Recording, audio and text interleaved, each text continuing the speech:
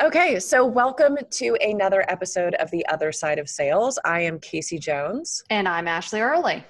And I'm really excited for today's interview. We are joined today by Casey Jacox. We got introduced actually on LinkedIn pretty recently by a very good friend of mine. And it was a really interesting introduction because she introduced both me and John Barrows to Casey. And right before we hit record, we were kind of talking about that conversation, which we will get to in a moment. But really quickly, Casey is the founder of Winning the Relationship. And after nearly 20 years spent with Kforce as its all-time leading sales professional, Casey is in the final stages of publishing his debut book titled Win the Relationship, Not the Deal, a title I freaking love. Yeah. And I'm really excited. He is also preparing to launch a new podcast for dads titled the QB Dadcast, which is fantastic. And we will also be talking about his experience as a father in sales, because that is also something we don't talk about all that much. So Casey, welcome to The Other Side of Sales. I'm blushing. You guys are too nice. No such thing. Trust me. Who is this guy you just introduced? I don't know him. I know, he's pretty awesome. So right before we hit record, we were talking a little bit about our kind of introduction and the fact that you spoke to very good friend of the podcast, John Barrows, before joining this conversation. And we talked a little bit about bro culture and this concept of bro culture. And one of the things I appreciate is that right out of the gates, you were like, yeah, not a fan. And so I'm curious from your perspective, especially with your track record in sales and being a top sales rep at a pretty sales focused organization. Tell me a little bit about, one, what's been your experience of interacting with kind of the bro culture, and as a non-broy man, how did you deal with it? So how I define broy is, and if I need to bleep this out, like I apologize to all your editor, but I think it's like the douchebag culture. Yeah. It's like these moronic, and there's actually girls that are in the bro culture too. Oh, absolutely. Without a doubt. It's like the bro cultures, it's the, F-bomb this, F-bomb that, I forget to call people back, aggressive nature in the sales floor, you'll come in, get wasted, throw up at lunch.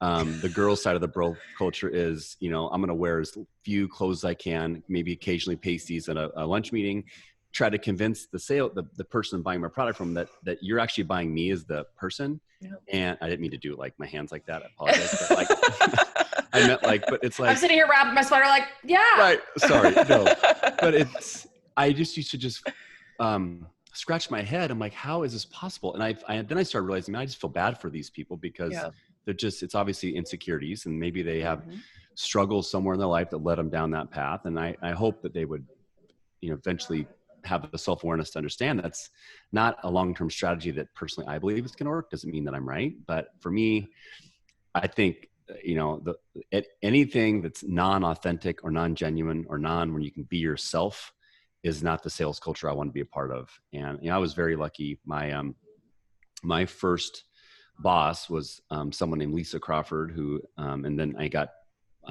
eventually then managed by someone named Angela Ronica. And I always used to joke like, motherly figures for me. I was like the young 24-year-old kid, and didn't know what I didn't know. And they gave me a chance to,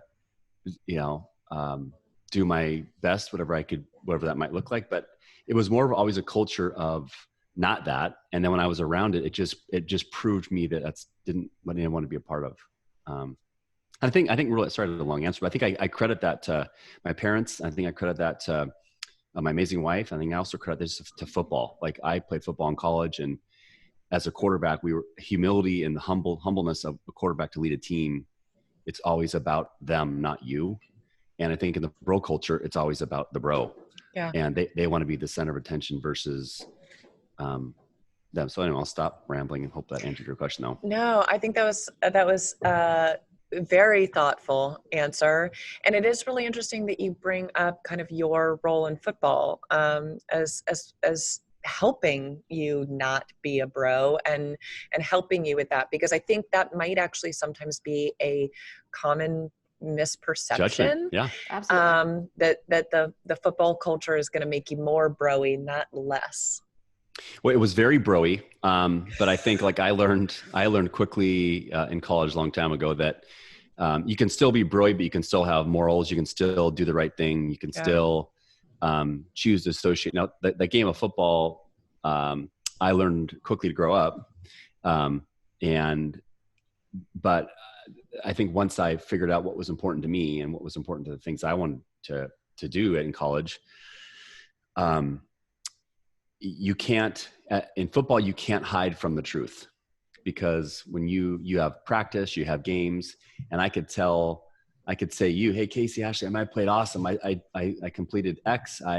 We won 48-0. And then you guys go watch the film. You're like, wait a minute, that's the exact opposite. You threw 7 interceptions and you got benched at halftime. You're lying.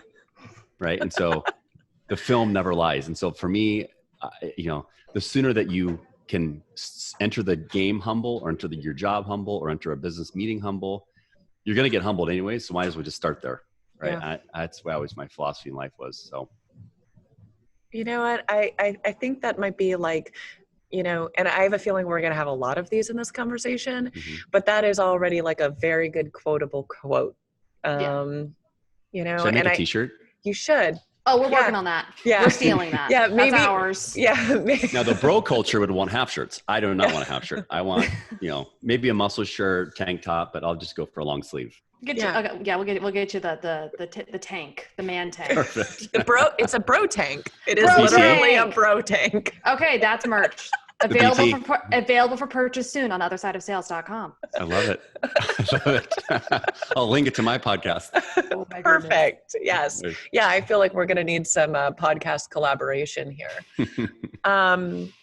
Yeah, no, and I have a feeling also that you started out with a really strong, maybe not super bro-y kind of foundation in sales, but given the subject matter of your up and coming podcast, I have a suspicion that being a dad maybe played a role in deepening that commitment to not being part of the bro culture. Do you want to talk a little bit about that? Yeah, I think it probably happened, I would say, almost subconsciously. And I think maybe as I think back now, what you said hit something, registered upstairs. And I make the joke of myself. I think I have CTE brain from college hits I took. But I wish I had that excuse. I'm married to a hockey player. I feel you. Yeah. Here you go. I Wouldn't wish that on anybody, but yeah. Well, you'll be protected in the bars or the restaurants. Most hockey players, I would want to hang with them. Right? Yeah, there's nothing better than a post game hangout. It's delightful. Me and a bunch of hockey's fun. I like hockey. There we go. I actually, when my son was born, I was like hardcore I'd still exercise, but 7:30, leave at 6, work super hard, was always passionate about documentation and doing the right, like just staying ahead of my game, using the CRM, all the basic things I think good sellers use. And then my son was born and I was getting home at 6:45 and he was going to bed at 7. And after about 7 months of his life, I'm like, this sucks. This is not working. And I remember telling my wife, like, it's almost making me depressed. Cause I was like, this is not what fatherhood was about. I'm working my ass. Pardon my French. You guys are going to need to be, I'm going bro culture with my potty mouth. I'm sure we have you beat. Don't you worry. Okay. Yeah. Okay, good. I was, and then all of a sudden my son was like, I see him for 15 minutes a day and it's like, this is not fun. And I remember going to my boss at the time, Angela Ronica, and I said, Angela, this is not good. If I'm going to be my best here, I need to be my best at home. And she said, well, what are you gonna do? I'm like, can I like work from 7 to 4 or something? And it's like, most sales jobs aren't black and white like that. Right. But I made it. I was like, screw it. I'm going to work 7 to 4. And then at 4, no matter what I was doing, unless it was like massively customer impacting, I left and I was like, thank God we have cell phones. I still could be productive on the road. I had calls all the way home. And then from like 5:15 until 7:15, it was family time. And I focused solely on that. And then I would get back online later and make sure I, document all my meetings, cleaned out my email box, while my wife and I are on the couch, something. But I found that by doing that, it helped me stay focused and mindful of what really was important for me. So I don't know if that answers your question. That was the first thing. Oh, no. Good for you. I think that's really impressive. I'll say this. I think that idea of setting boundaries within sales is something I wish more people talked about. I had someone the other day ask me, they're interviewing for a sales position. They're like, well, Ashley, how common is it to work overtime? Because I'm fine doing whatever I need to do to hit my goal, but I don't want to work 100 hours a week. And that's something I think is kind of ties into that bro culture. This, oh yeah, I'm going to stay. We're going to grind it out. We're going to win. It's not just win at all costs, but it's like win by brute force. Mm-hmm. And the top performers pretty consistently, in my experience, do not win by brute force. It happens occasionally. Yep. Full credit. You can win by brute force. It's not fun. But the top performers consistently are the ones who set those boundaries. I'm going to come in at this time. I'm going to at work. I am at work. I'm 100% focused. But I'm 100% focused because I know at 4:00 I'm going to leave and I'm going to go see my kids. And I'm going to be devoted to my kids or my dog or my workout or whatever it is that makes you passionate. There's a great guy I know who is fanatical about ultra marathons. So he runs like 50 miles a day. Wow. But yeah, it's nuts. But that takes a fair amount of time. So setting those boundaries and sticking to them for self-care, and that conversation that you had with your boss of, for me to be what I need to be here, I need to change some things to make sure that I'm what I need to be at home. And I think that's a really powerful statement. You cannot be your best self at work if you're not your best self outside of work. Mm-hmm. Yeah. You just can't. And I'm curious, and I know this is going to be pure speculation, but do you think that if you'd had a male boss that conversation would have been as easy? And I'm not saying it was easy, but no, that's fair. I mean, I think one could say, oh, I think it's just like, I think one could say one could say on the far side, oh, there's no way guys aren't like that. But there's some that are complete opposite. I think it's hard to say because there was a lot of guys I worked with that were dads that were, it wasn't all boiler room or, the ABCs always be closing type. But I think if I'm probably being as honest as I can, traditionally most guys probably would not have, maybe support that. Maybe specifically, I'd say if it was a boss that did not have kids or a healthy marriage. Yeah. Oh God, the healthy marriage. Yeah. I think it's also, I think sometimes too, sort of the more kind of old school guys. I mean, I grew up in a family where my father worked all the time. Mm-hmm. And so I think, my dad, towards the end of his career, when he had kind of younger people that wanted more flexible schedules, he didn't get it. Like, he just didn't get it. And so I do think, I think it is really positive that there are a lot more men like you now who are creating their days and creating their kind of work environment so that it does support their personal lives. And I think that makes it easier for all of the people that come after, which is positive. No, I appreciate that. I think, Casey, how I'm wired, instead of being thankful and maybe subconsciously complacent, like, oh, sweet, I got this awesome schedule now. This is so cool. I was more worried about losing it. Yep. And I never wanted my team or my boss or my customer to think like, what the hell, why does he leave it for? Well, one, I earned it. Two, I'm still working on the way home. And at 8:00 at night, when I've got the family down, and I've got great family time, and it's not like comparing, well, who's still online, but I was still online at late, making sure that my meetings were documented for the day. Yeah. I'd activities fall, so I wouldn't ever let stuff fall through the gaps. And I never wanted people to think, oh, it must be nice, because I never want to lose that benefit. Yeah. Yeah.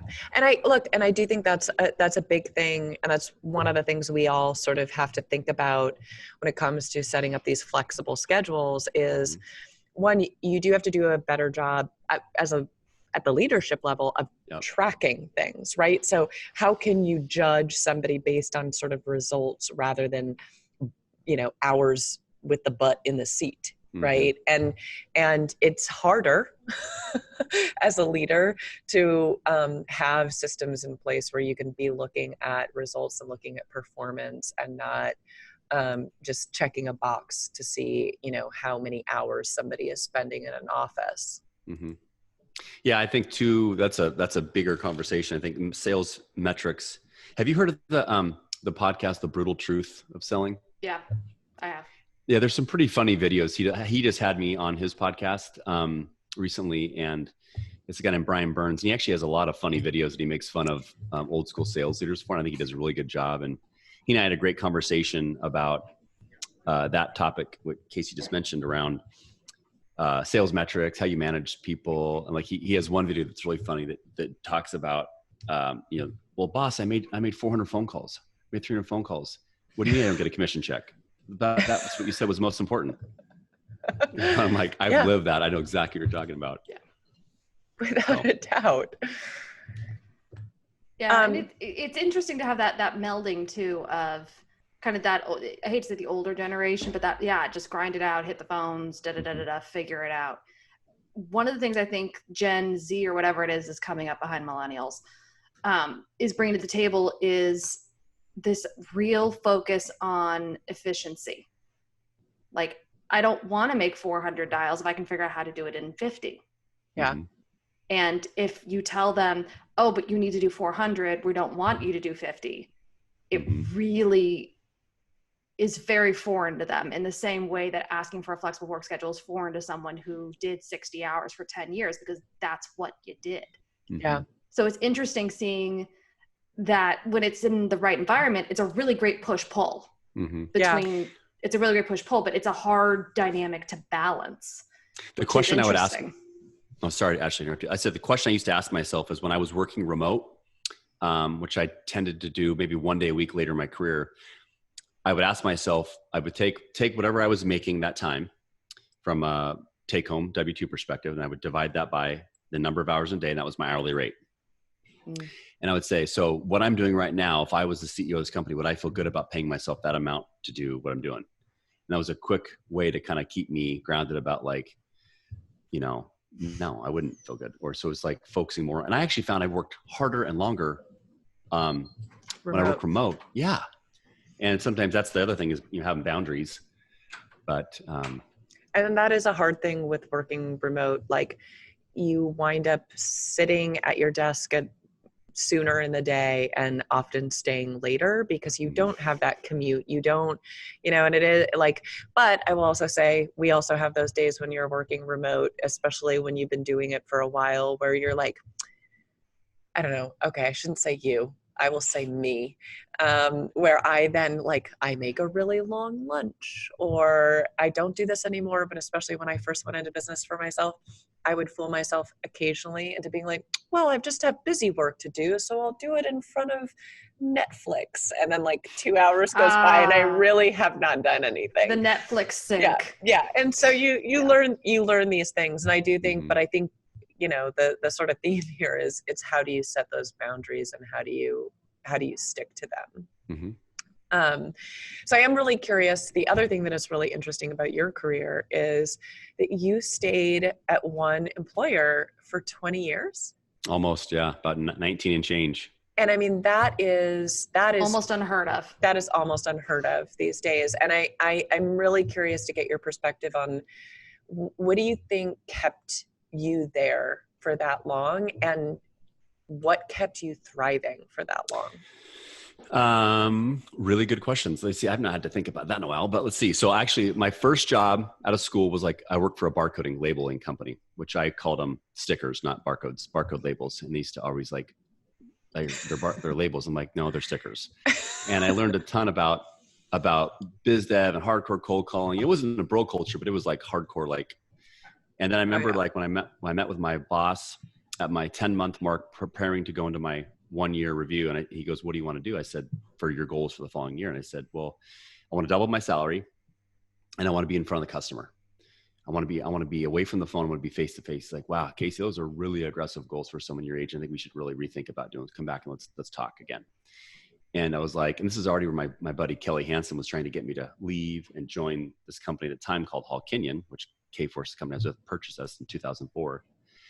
And I was like, screw it. So I went and interviewed like literally 9 times with this company, had no idea what they did. I kept interviewing and was so competitive that trying to convince them that I was their guy. And Hall Kenyon, this is Lisa Crawford, who's still friend. She actually hired me as an hourly sales contractor. And I was like, yeah, totally makes sense. Why would I totally leave a full-time job and do that? And making, I think $17 an hour, which was like, I thought I hit the jackpot. I was like, dude, that's like 35 grand a year. This is sick, you know?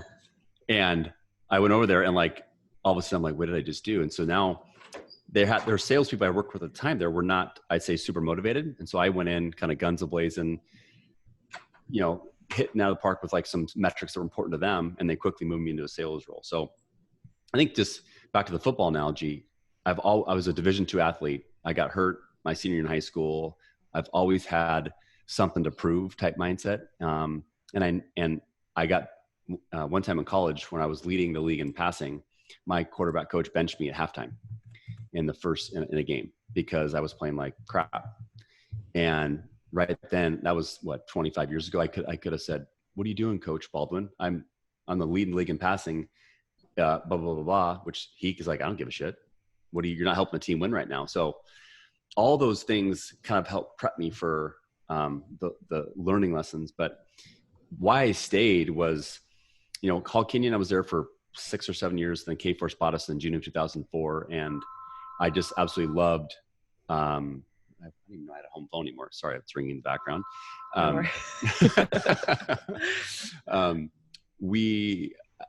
I just loved I loved the company culture. I loved what they offered. I loved their comp plan. I loved everything about it. I loved the flexibility, the technology they invested us in. And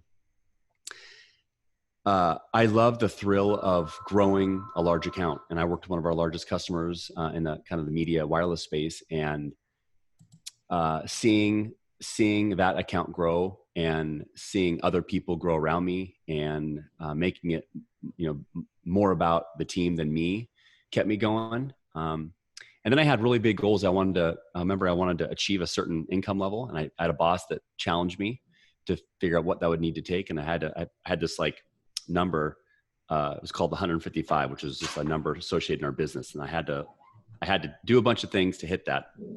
And once I did, I thought the goal never would happen, but it did. And I was like, oh my God, I did it. And then I remember the day Kforce bought Hall Kenyon, when I went on the sales trip with them, I asked our CEO at the time, like, who's your number one guy or girl, and what did they do? And he said, oh, he's over there. And I remember when that company first met me, they're like, you're not the bro culture. I mean, he was a bro culture guy. I mean, he had a cigarette boat. I mean, that kind of gives it away right there. Yeah. And I hope that you guys don't have cigarette boats. I apologize if I just offended you. It's not really the Portland style. Right. Well, not really. You know, a place to race it. But I was always, very lucky to have awesome leaders, people that gave me flexibility, people that kind of let me do my thing. I had teammates that let me push them to the point of frustration. But then when they opened up their commission check, they were like, I'm so glad you pushed me. I had customers that were our lifelong friends. Like I have customers that are in my book I talk about. I have customers that want to come to my book launch party. You know, it's like amazing. Having that is like, why would you want to leave? It's like, I have great flexibility. I like the income I make. I love the customers I get to work with. Sure, there's times I'm like, what am I doing? This is burnout. But it was, and I wanted to prove to people that I didn't want to be just the 1 year guy that he has a great year. He's driving an Oldsmobile and then he trades it in for a Benz, and then he has a bad year and he turns it in for a bike. I didn't want to be that guy. Yeah. Kind of embarrassing. No, so I am curious. Okay. What do you, since you have had success obviously with pushing yourself, but pushing the people around you, what do you say, like, what is sort of your strategy or your approach to pushing your colleagues and your coworkers to excel in the way you clearly did? I ask them questions. I ask with questions and I find out what's important to them. And then I make sure that they know what's important to me.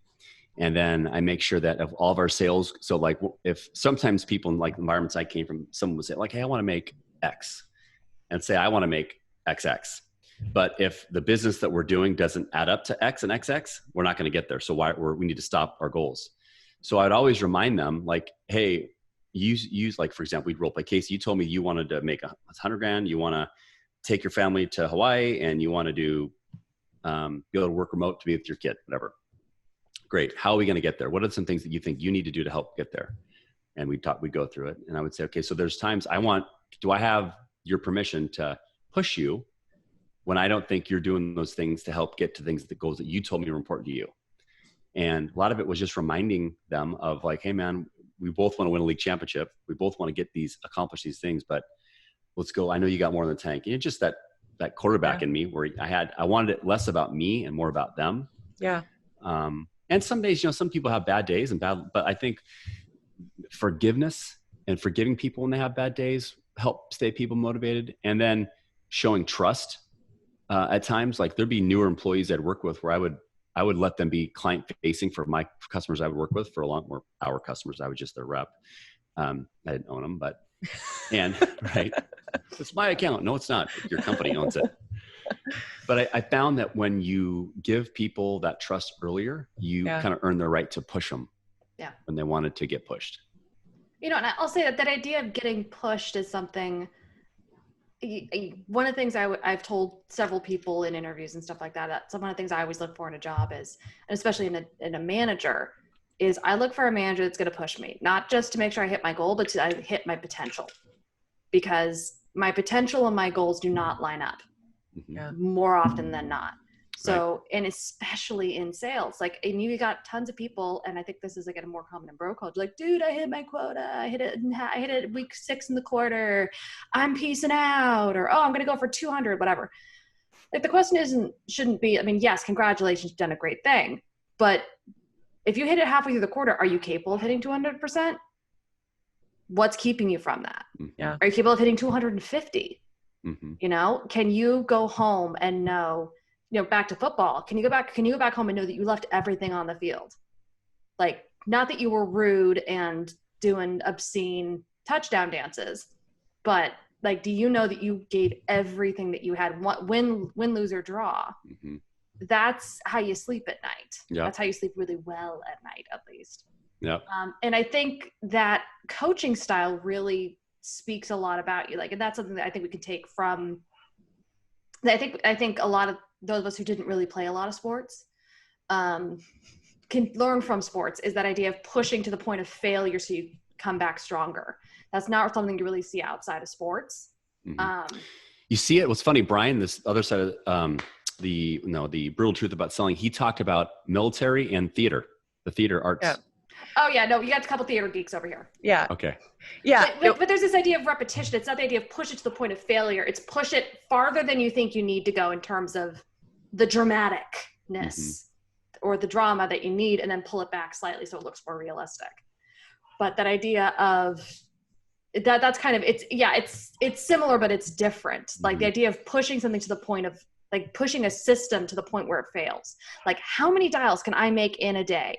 And getting to that 120, 140, 150 mark, and just the phone feels like it's 200 pounds and you're almost dreading people picking up. But then being able to go home and say, okay, here's what I learned. That was a bad idea.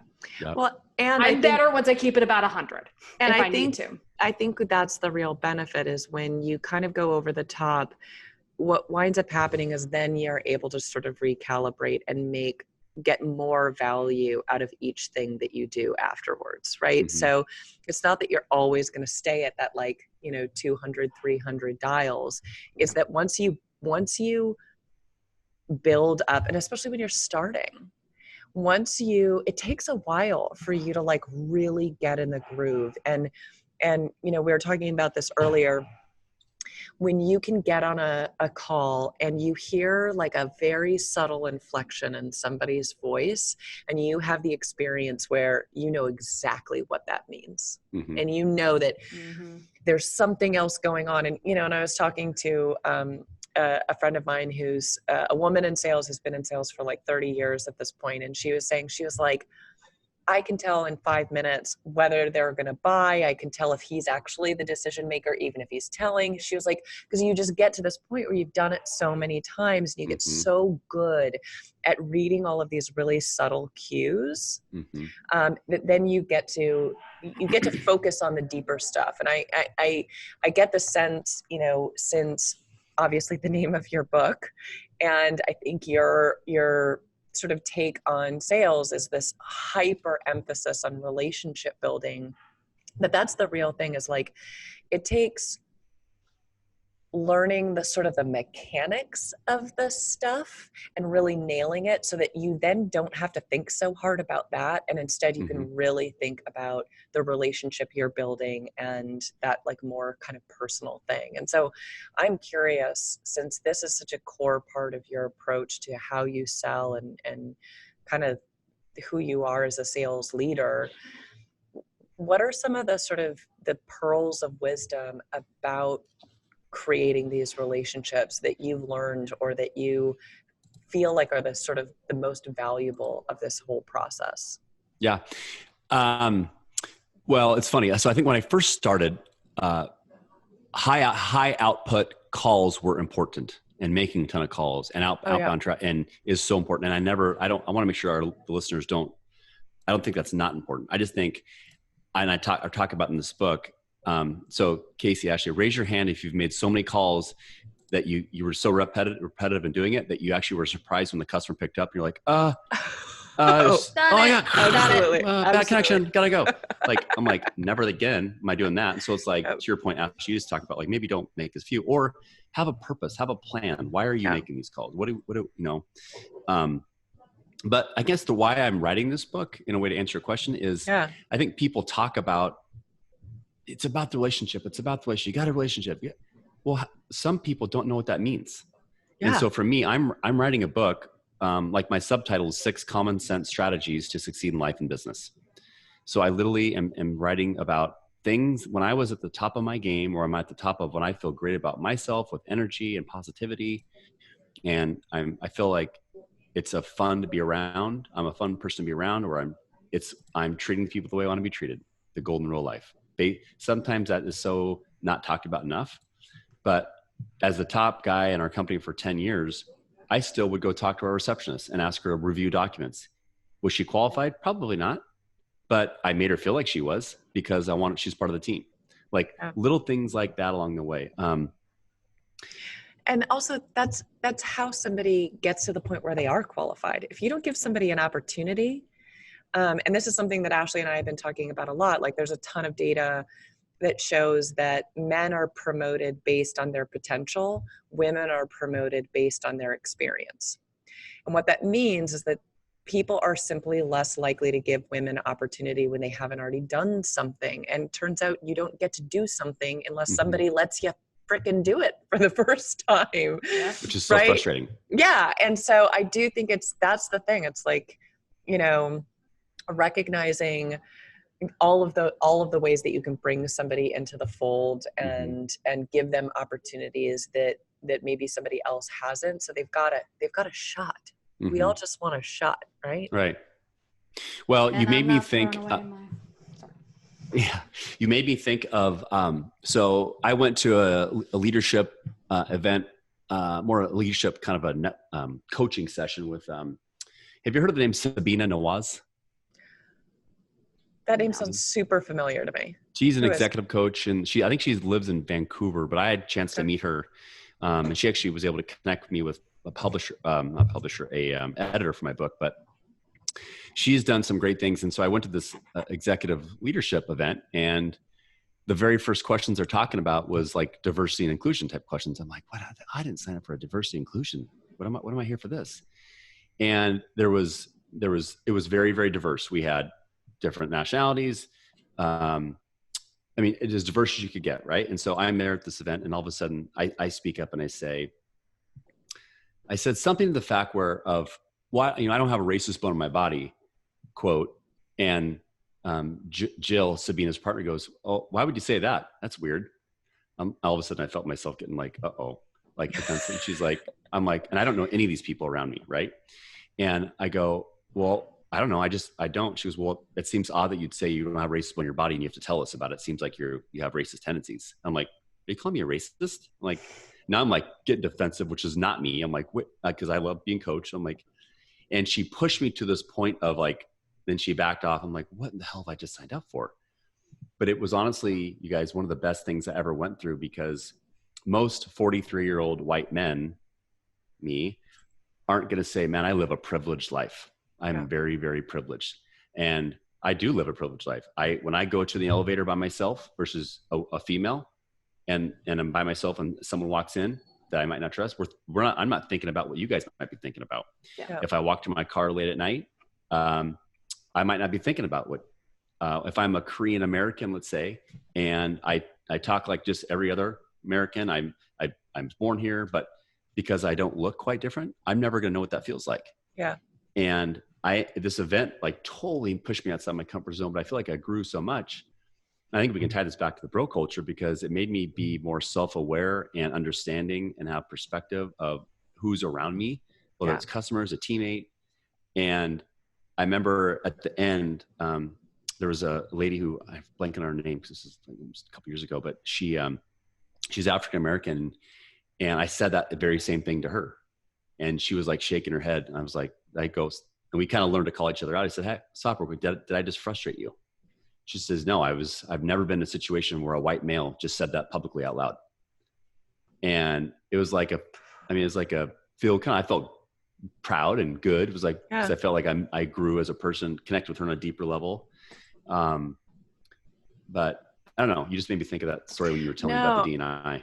I think that's really, I appreciate very much like you sharing that and sharing the vulnerability. I think here's the other thing, truly like right before we got on this call, I was in a Slack conversation with someone, and he was asking me, hey, do you think so-and-so is a tech bro? I won't say who we were talking about. And I was like, oh, without a doubt. And I was like, he's very, very nice, but he's totally a tech bro. Like things have come very easily to him. Mm-hmm. He's been very successful at a very early age. He's good looking, he's charming, all these other things. And this friend of mine was like, oh, that's it. And he was like, I think it's when things come very easily to you and you haven't experienced a lot of adversity, especially adversity for something that you have no control over. I think it's that combined with, I think I've been very lucky, and I'm very aware of how lucky I've been, but that doesn't stop me from having empathy. So I think it's two things. It's one, having things come easily in some ways. Mm-hmm. And two, it's having that empathy for people where it didn't come easily. Yeah. Mm-hmm. So I think it's if both of those are present, yes, one can cancel the other out, which is fine. But it's when it's just this, oh, well, I did it, so you can too. Yeah. No, and I totally agree. And I certainly count myself in the very sort of privileged category. But I think it's also, there's something where, to Casey's point, it's like as a woman, just being a woman, like you, by your very nature, you have situations where you get put in positions where you can't control things, or where you feel unsafe and you have to protect yourself in a way that is awkward, and like little things like that just make it a little bit easier to have that empathy. I think it is not a like, it is not a guarantee that if you're a woman, you have empathy by any stretch of the imagination. Definitely not. And I'll give you another example. Casey, you called me out on this when we started. I haven't had a lot of female really negative... Casey, correct? Female Casey, sorry. Yeah. There's too many of you in this. I know. Right. I did not call you out. I've yet to call you out. I'm just going to call you K and C now. Yeah, perfect. I'm just going to shorten this. Okay. So Kay and I were, when we started this journey, we were talking about, I've had a couple bad experiences, but nothing really horrendous, like a couple annoying moments. And one of the things that you brought up is the whole time I've been in sales, I've been married. And I'm very open about the fact that I'm married. I learned to lead with the fact that I'm married. And I think that it was a self-protection mechanism I didn't know I was developing. Yeah. But B, the fact that I was married probably saved me from a lot, because like, oh, well, she's married. Not that I think I want to go self-deprecating. I'm going to stop. Yeah. But I honestly did not think about that as something that protected me or shielded me or changed my experience at all, other than I felt the pressure to support. I felt the pressure to perform for my husband, and I wanted to get home to said husband. Yeah. Where everyone else is like, let's hang out and pound some beers or go to this bar. I'm like, I want to go sit on my couch. We've got episodes of The Crown to watch. And if I'm not home by 7, he will start them without me. That's cruel. Yeah, it wasn't The Crown back then. It was like No. our horrible air crash investigation shows and Sherlock and stuff like that. But that was the only difference I saw. Was like, I felt like, oh, well, sometimes I'm missing out on the social side because I value my marriage. And I got to say that brings me to something else I'm kind of curious about, Casey, is, kind of your and your wife journey together with this. So with the uncertainty that a career in sales can bring and the unpredictability and the can be unsteady income, how has that strengthened or tested your marriage, if you don't mind sharing a little bit? Yeah, no. So I went to the Harvard of the West Coast. Do you guys know what that is? Well, Central Washington. I was going to say, I was like, depending on who you ask in Seattle, is that going to be UW or Wazoo or okay, Central? Oh, no. Okay. Yeah, most people go there when they can't get, after Central says no, they usually go to UW or Wazoo. I'm totally joking. But I'm the only one that says Evergreen was my fallback. So. Oh, there you go. So when my wife went to UW, I went to Central. We got engaged in my junior year of football, and my wife is like super frugal and not a bad way. Like she'll go get makeup at Bartell's, which is like the best drugstore ever. I love it. Bartell's. It really is. Bartell's. I miss Bartell's so much. Yeah, they're great. And so so much. Back then we okay, if I had a summer job, she's like, okay, we're going to put $15 of that or $25 or $50. We're going to put it into a shared account. And so like from there, we were already kind of starting the saving mentality. And she out of the gate was like, I know that you interviewed this company and they said you can make this and that. And oh my God, your life must be, but she goes, I don't want that pressure on you. So we're going to live below our means always. And we have, and it's probably one of the best things that we ever did. And advice I give to younger sellers is, you never want to, like I joked earlier, you never want to be the guy or girl who is the one-hit wonder in a sales trip and has all these cars and all of a sudden you're wearing parachute pants, look like young, MC Hammer. And then the next year you're wearing Toughskins and no socks because you can't afford them. Yeah. Right. And so like my wife, Carrie, is so good about like we talk about push or pull, like I'm an idea guy, go. She's driven a personality too, but she's way more detail oriented and has been like, like I can't imagine not having her help with this final edits of the book because it won't be as good without her support. So I think having that mindset, having her we did way better financially than I ever thought we'd ever do in life ever. And I still, whenever I come to my house, I pinch myself. I'm like, God, I'm freaking lucky. How did this happen? And it's almost like a fear. And we're both wired that way. We don't ever feel like we've arrived. We feel like we both have stuff to learn. And now I think because we're grounded in that way, we're fearful of our kids and we don't want to mess them up. Like we want to make sure our kids are like, cause when I grew up, I went on 2 plane rides. My kids have probably been on 30. Right. And that's not normal. I'll tell you this. I'll give you my favorite piece of parenting advice. And I don't have kids, but this is my favorite piece of parenting advice I got from my dad was the art of parenting is limiting the amount of therapy your kids will need. Yeah. I like that viewpoint because it's like, yeah, they're going to need some because you're human. Right. It's okay. But we can limit it. Yeah. And frankly, everyone should go to therapy at least for a little while. I get therapy on my podcast. Oh, without a doubt. Every podcast episode, I'm interviewing dads. I'm hearing what they're grateful for, and I'm hearing mistakes they make, and I'm getting them to say, "Man, I wish I was better at that." And we say, "God, I'm bad at that too." That's wonderful. That's wonderful, and I think that's also a really good reminder that like you don't need a podcast to have those conversations, and finding opportunities to have deeper conversations with other people that are going through similar things, where you share the good stuff and the bad stuff. Mm-hmm. And the lessons learned, most importantly. That's kind of what life is all about. And I think that's what kind of gets you through the tough stuff. You just literally quoted, I swear you were in my head. What you just said is I've said for 20 episodes, and I said, I feel selfish and I'm mad at myself that it takes this dumb microphone, these headphones. I love you as a buddy. I want to get to know you. I care about you, but we don't take time because, well, I got to get kids to sports and we got to get here. We got to do this. And it's like, no, tell me about, so your dad passed away. What was that like? How did that impact you? And we've like some of the topics we've interviewed people for, they're like deep stuff. Like that's amazing. One of my friends lost his wife to cancer. He came on to talk about it. Yeah. Heart-wrenching stuff. Heart-wrenching. But there's other people that have gone through that. Yes. And kudos to my buddy for putting himself out there, because that's, if we get the right people to listen to that, he flat out says he wish he would have dealt with the pain through therapy earlier, get professional, and he didn't. And so how many people could that positively impact? Like, a lot. Yeah. Anyway, Yes. And I think and just to tie it back, I think sales falls victim to the same thing. Oh, I've lost deals for this and I've lost jobs for that. And all we talk about is our successes. We don't talk about what we're scared of and where we're vulnerable. And as a result, it's harder to build up that resiliency if you don't know you've got people you can turn to get help. In my book, I talk about one of the biggest deal. I was a part of one of the biggest deals in my company history. And I was also a part of one of the biggest failures in our company history.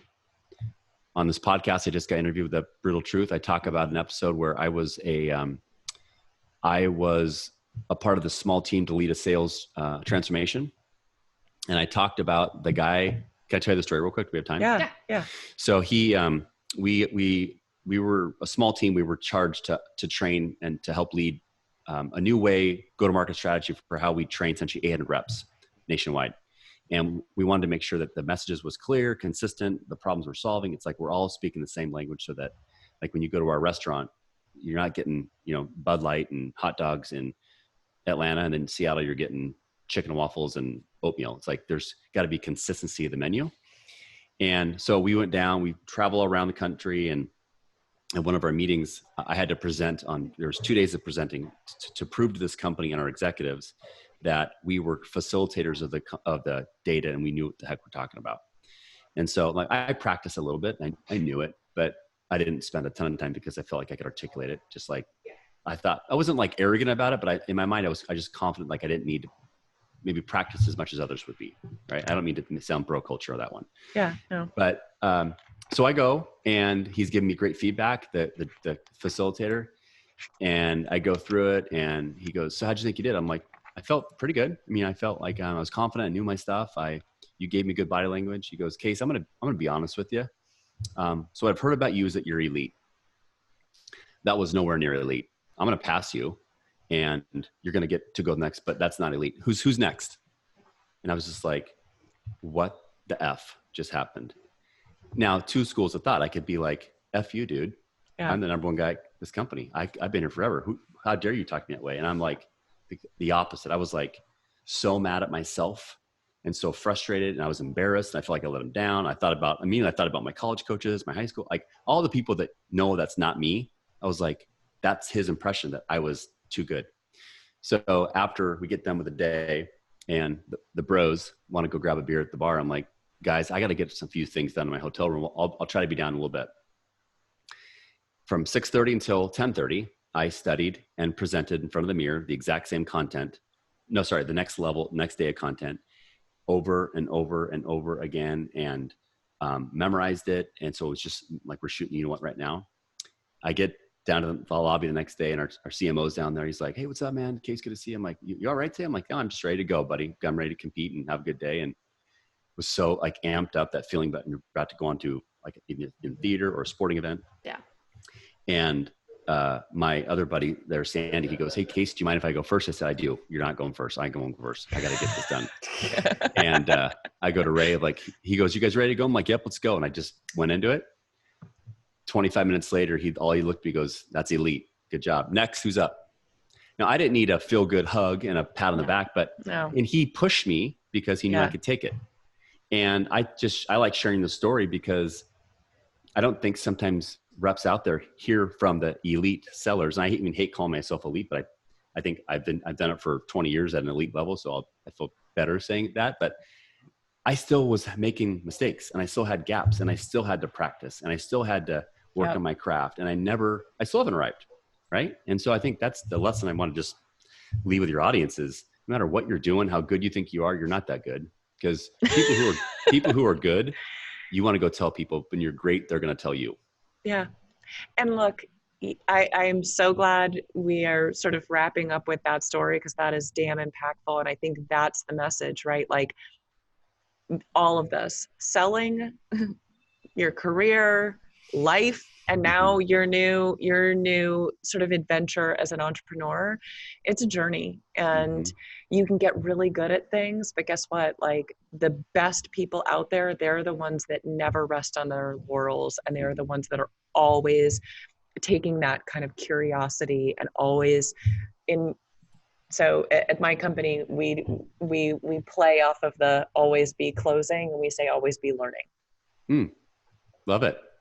Well, you've said the word curiosity a lot, which I love. You can tell you're curious. I think the good sellers that I've worked with, they talk about curiosity a lot. So you must be doing something right.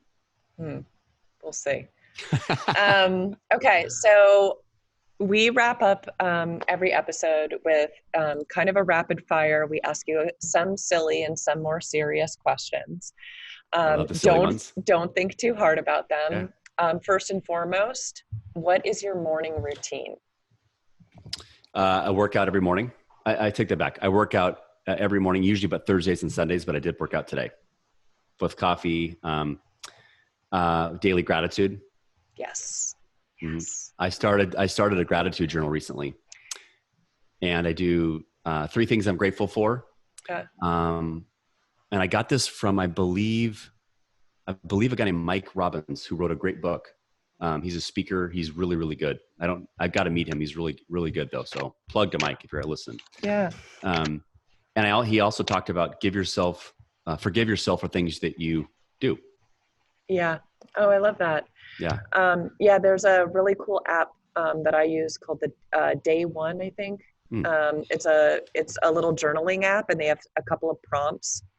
And I have one that I do every day where I do my daily affirmation, and I have a little deck of affirmation cards, and then I pick one out and I write what that one means to me. And it's always very, very interesting.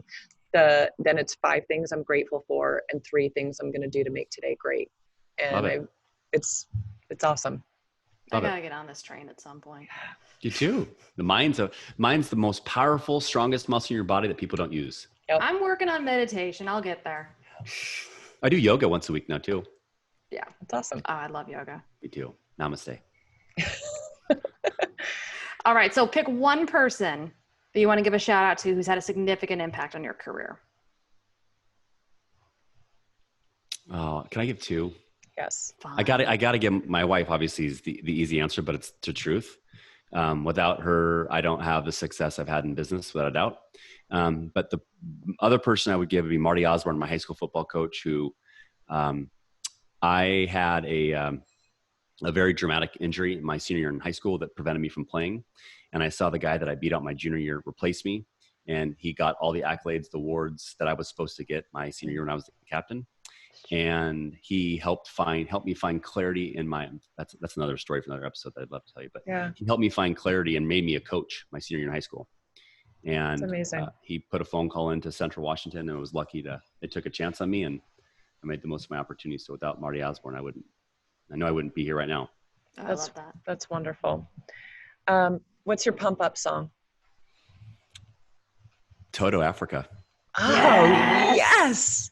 Thank you for not saying Weezer. Yeah. So my ringtone is Toto, Africa. And so sometimes I'll let it I want to answer it just because I'm like, oh, I'm getting a call, you guys. I better grab that real quick. But it's like, but when you play Toto, everybody is in a good mood. Yeah. Without a doubt. Random trivia. Did you guys know that the lead singer is John Williams of the Star Wars Score's son? Are you serious? I did not know that. I am. Wow. Very interesting. Yeah. Good, Ashley, dropping knowledge on us. More like Ashley, who really, really, really likes that song.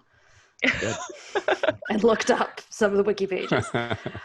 All right. What's one thing you wish you'd learned earlier in your sales career? One thing I wish I learned earlier. I wish I learned how to I wish I would learned the art of practice more. And I wish I learned the way to articulate the problems I solve versus the message I'm trying to sell. Ooh, Oh, I like that. that is amazing. That is definitely going to be a quote. Yeah. T-shirt. Yeah, seriously. What's your favorite sales book?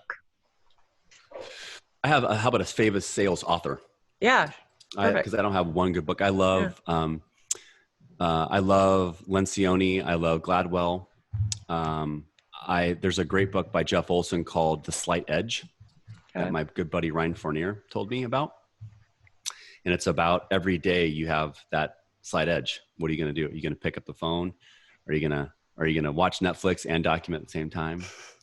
Are you going to quote you, Casey, are you going to, what are you going to do? It's like every slight edge leads to another slight edge. Yeah. And I think with sales, it's a profession. I love read that. a ton. Yeah. Yeah. I like that. Me too. Yeah. What's one way that someone could have been a better ally to you? Can I get perspective or like more depth in the question? Yeah. Like so we asked this question a lot about looking back, like what's something you wish someone had done for you earlier on? Yeah. Some way to support you, some way to make you feel more included, more supported, like made it easier for you to kind of excel in your role. So I have a two-part answer. I wish that I had a couple sales leaders earlier in my career that essentially kicked me off an account I was already working on because of internal opposite of a girl bro culture. And then I had a boss kick me off an account because he wanted me to go all in on one industry, and it negatively impacted our customer, and it just motivated me to do more and compete more and prove them that I was right and they were wrong. Even though I just saying that someone told me in my life, it's more important to get what you want than be right. Because rarely do you get both. Yeah. But I'd say on the other side of the coin, I'm so glad those people did that for me, because I wouldn't have grown. I would have been comfortable. I would have been uncomfortable. So I don't know if I have an answer to that, because I don't look at life like what people haven't done for me. I look at life like what have I not done for myself, or what have I not reached out? Because I feel like we all got 1,440 minutes a day.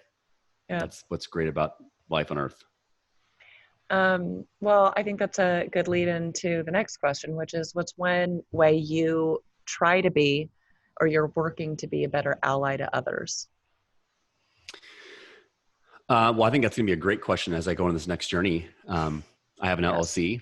I'm not quite sure what we do yet. I know we have a podcast and we have a book coming out. Yeah. My biggest goal, I want to help simplify the sales process and take the stress out of it, and encourage environments where practice is fun and messing up in front of your friends is fun. And the days where we can stop practicing on our clients, because when we don't role play or we don't practice, this is what you should say. Hey, Casey, thanks for making time to meet with you. I've not practiced anything I'm going to say literally in probably 3 months. So I'm going to say a lot of words. They might not make any sense. And then I'm going to get really frustrated when you don't call me back and give me all your business. Sound fun? And that's how most bros they sell. Yeah. I'm like, no, you got to practice, guys. And so I think I would love to be able to help people become allies for themselves, and just understanding they have so much control of their journey and their process. When they let themselves go, they can be vulnerable to messing up. No one's perfect. And I think that's the impact that sales leaders can have on create more allies, is leading from the front by showing, because I have this phrase like humility plus vulnerability equals leadership. Humble enough to say you don't know everything, and vulnerable enough to say, I made the same mistake. That sucks. I know what it feels like. And here's what I got through it. And you're going to get through it too. Yeah. So. Awesome. I love it. And last question, what's your guilty pleasure after a bad day? I do like whiskey. What's your favorite? I mean, it's easy to, I'm not like a whiskey bro culture snob, but like, I mean, you can't go wrong with Crown, but I'm also a big fan of like the Costco Crown. Yep. I love chocolate. Big ice cream guy. Oh, yeah. Please tell me you've been to Bohm's in Issaquah. Oh yeah. Yeah. Yeah. For anyone who's listening in the Seattle area, Bohm's in Issaquah is this old fashioned brilliant chocolate factory. Like everyone gets all excited about the place in Seattle.